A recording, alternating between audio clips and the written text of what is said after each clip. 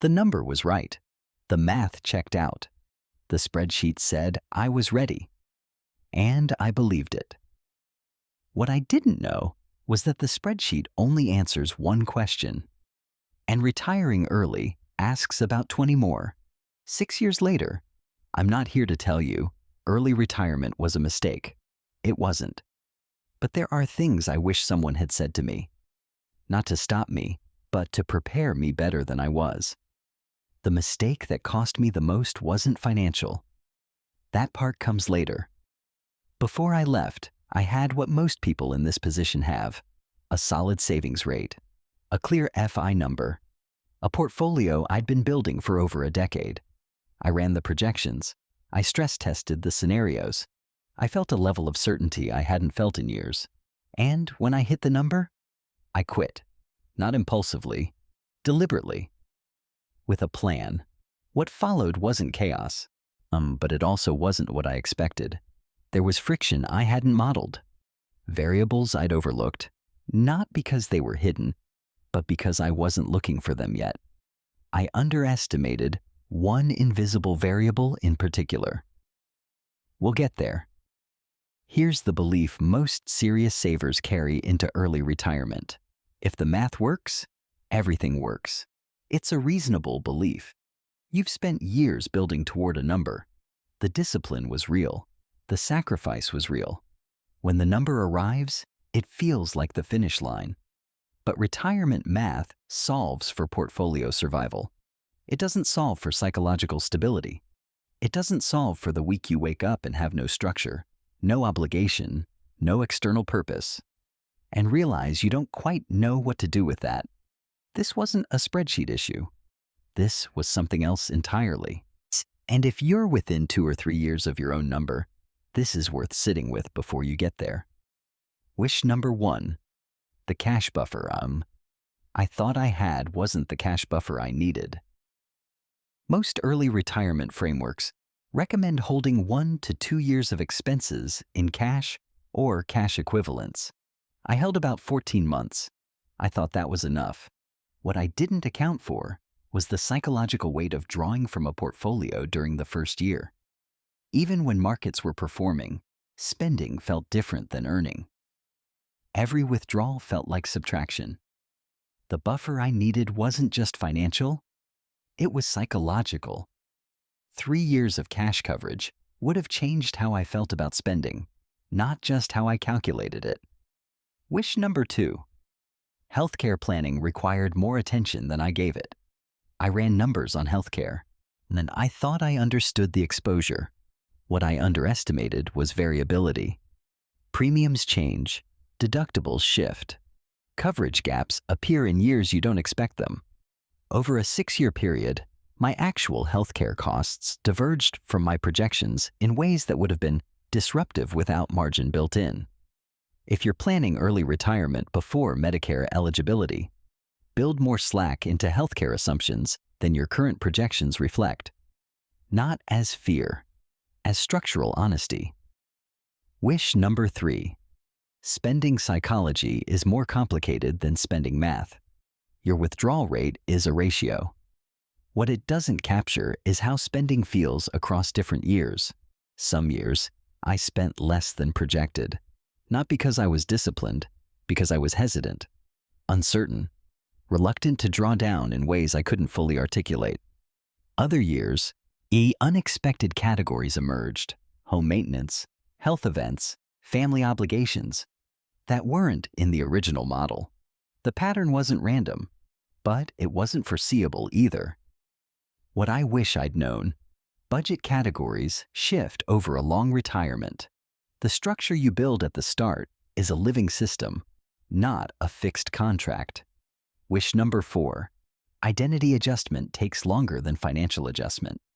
This is the one. I'll say it directly. The financial transition from working to retired.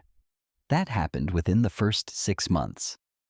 The identity transition took closer to 2 years, when your work provides structure, social connection, intellectual challenge, and a sense of forward motion, and then it stops. The gap that's left isn't filled by free time. Free time doesn't fill it.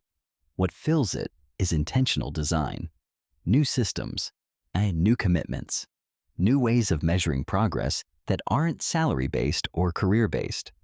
I didn't have that ready on day one. Most people don't. This was the adjustment I hadn't anticipated, and it was, by some measure, the most significant thing I navigated in the first 3 years. One of these 4 wishes didn't fully arrive until year 3. That's next.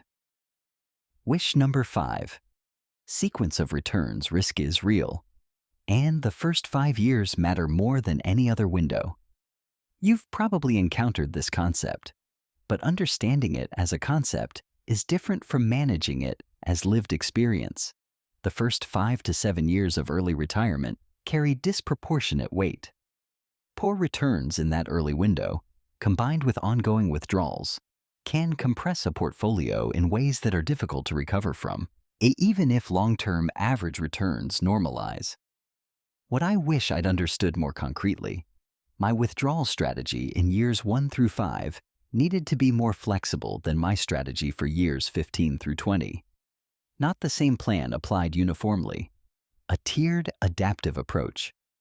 That distinction between a static withdrawal rate and a dynamic withdrawal framework changes how you interact with your portfolio during volatility. Liquidity isn't just a buffer. In early retirement, it's a stability mechanism. Wish number 6. The emotional cost of market volatility surprised me more than the financial cost. I expected markets to move.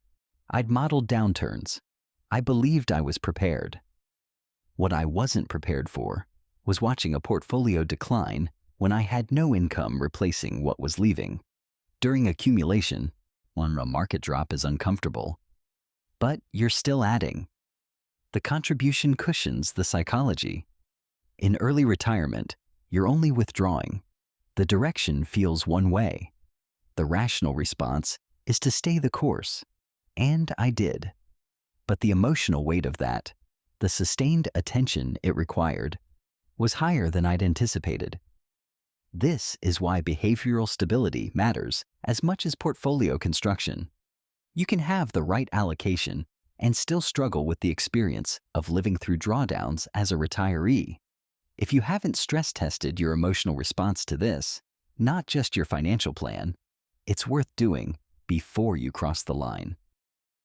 Wish number 7. Retirement is not an event. It's a dynamic system. This is the one that reframes everything else. Going in, I treated retirement as a destination, at the fixed point I'd reach and then inhabit. What I know now is that early retirement, especially over a multi-decade horizon, is a system you manage continuously. The portfolio changes, the market changes, healthcare changes, spending changes. Your psychology changes. The people who navigate this well are not the ones with the most precise initial plan. They're the ones who built flexibility into that plan and built the willingness to adjust. Margin over optimization, adaptability over certainty. If I were retiring today, I'd structure it differently, not because the original numbers were wrong, but because I understand now that the goal is resilience, not precision. 6 years in, I don't carry regret about the decision, but I carry a clearer understanding of what the decision actually was. It wasn't just a financial transition, and it was a structural redesign of how I live, spend, think about purpose, manage uncertainty, and relate to time. The number wasn't wrong. My assumptions about what came after the number, those needed work. Freedom works best with structure, not because structure limits freedom, but because without it, freedom becomes harder to use. If you're close to your number, the most valuable thing you can do right now isn't run one more projection. It's build the systems that will hold the life you're planning on the other side. The math will get you there. What happens after that is up to everything else.